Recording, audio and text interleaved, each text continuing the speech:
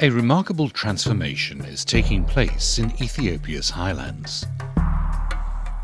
The rolling hills are gradually turning from degraded watersheds back to healthy, productive lands once again.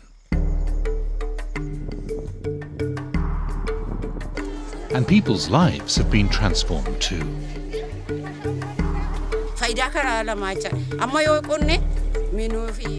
The benefits we have got are for our community, our cattle, our soil, and our environment.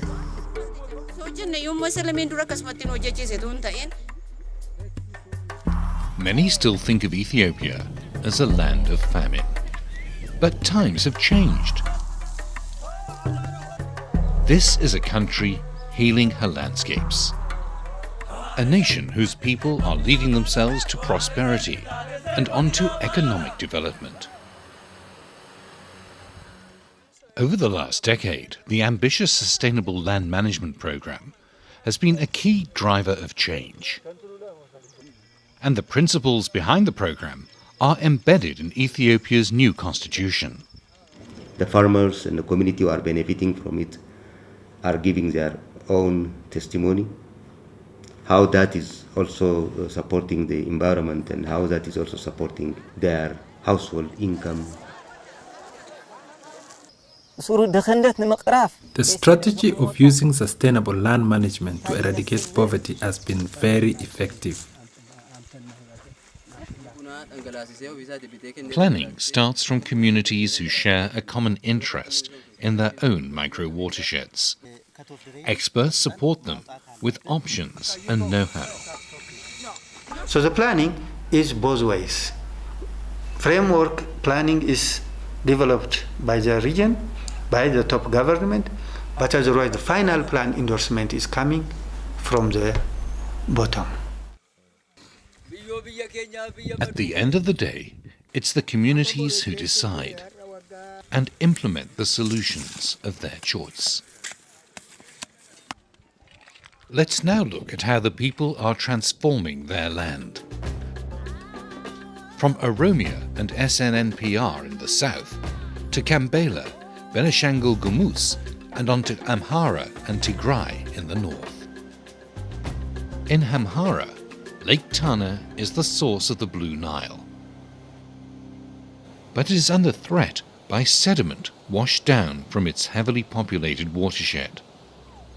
Erosion from overgrazed lands is one cause.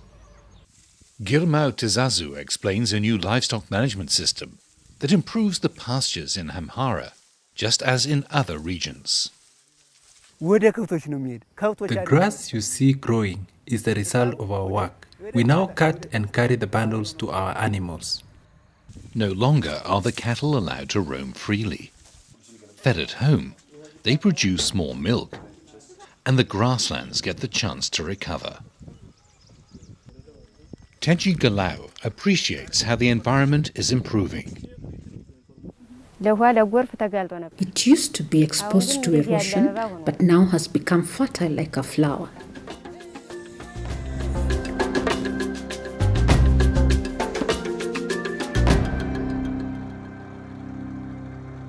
In Tigray, the rocky landscape shapes the way that the people live. However, it has been badly scarred by erosion. Yet the recovery here is equally dramatic. Gorgis Gebremariem describes the drastic change in his own attitude. Before this work, it was a place unsuitable for cattle, let alone men. We were even considering leaving. At first, I opposed the conservation work, but now I am the main defender of the program.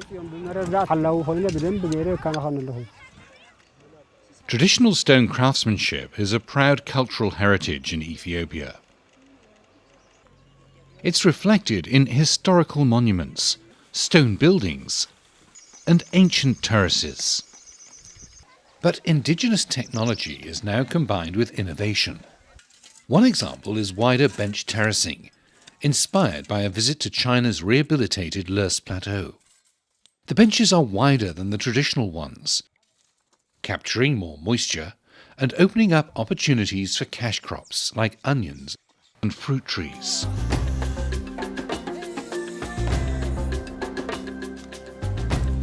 Oromia is known as the land of forests, but deforestation and soil erosion have threatened even the food-producing areas.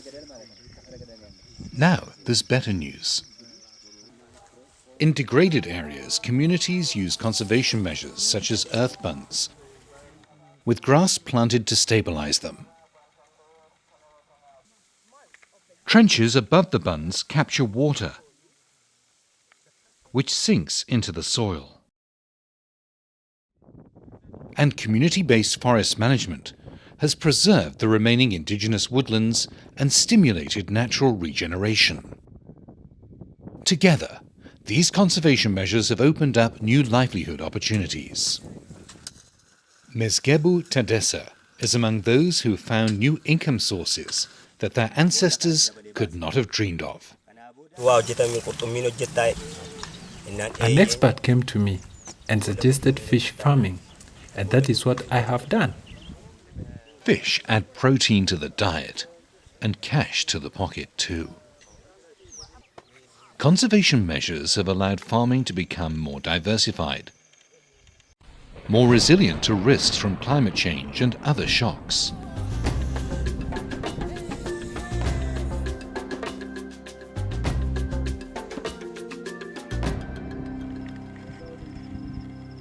But what are the keys to this extraordinary turnaround?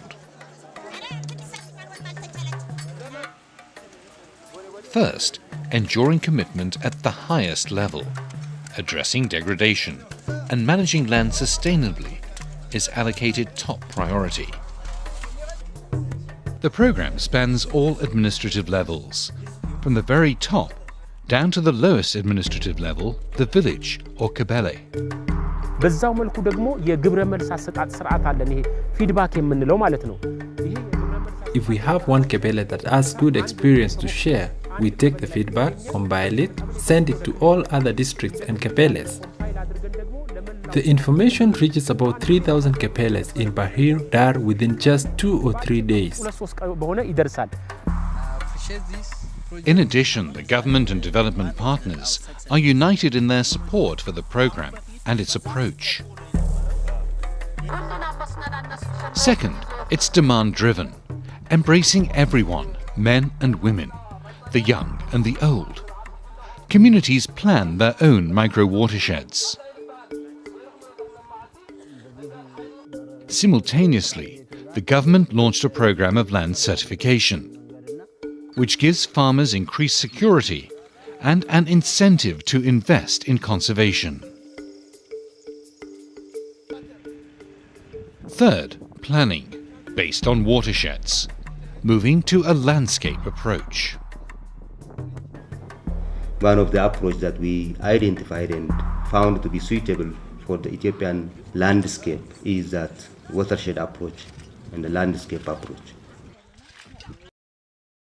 In this example, the landscape can be divided into 4 sections. Irrigated land on the valley bottom, rain-fed croplands, grazing areas higher up, and the eroded upper slopes.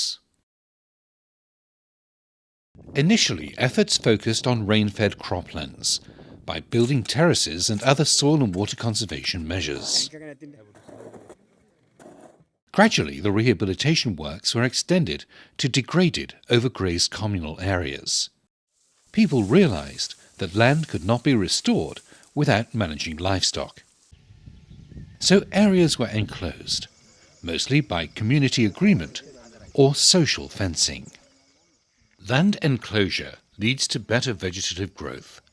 Indigenous biodiversity returns, and carbon is captured in the soil and trees. The land becomes healthier. In turn, the improved vegetation can be cut and carried to feed the livestock. This helps in producing more milk and fattening cattle.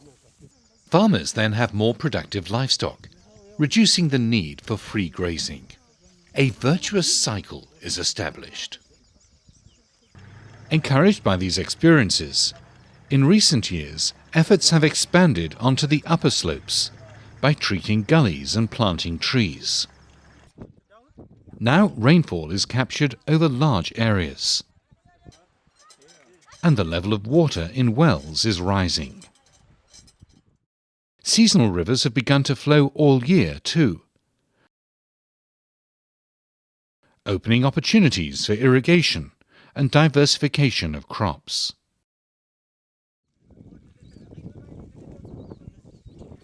Yields and income have increased as a result. The farmers used to produce only 8 quintals of grain per hectare before, but now they can produce from 20 to 32 quintals.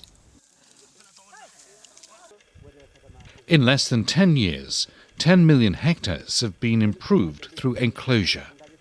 15 million hectares have been treated with conservation measures, and at least 30 million people have benefited from the program. The environment has profited too. Biodiversity is back. Once more, it's a living landscape. The State Minister sees the approach as integral to a new national strategy. This climate resilient green economy strategy helps the country, and also there is a sign that it is helping to ensure greening the country. This will help ensure food security of the country and the poverty reduction. Ethiopia has a clear roadmap for the future, and there's a buzz of excitement and a feeling of pride on this journey into a greener and better fed future.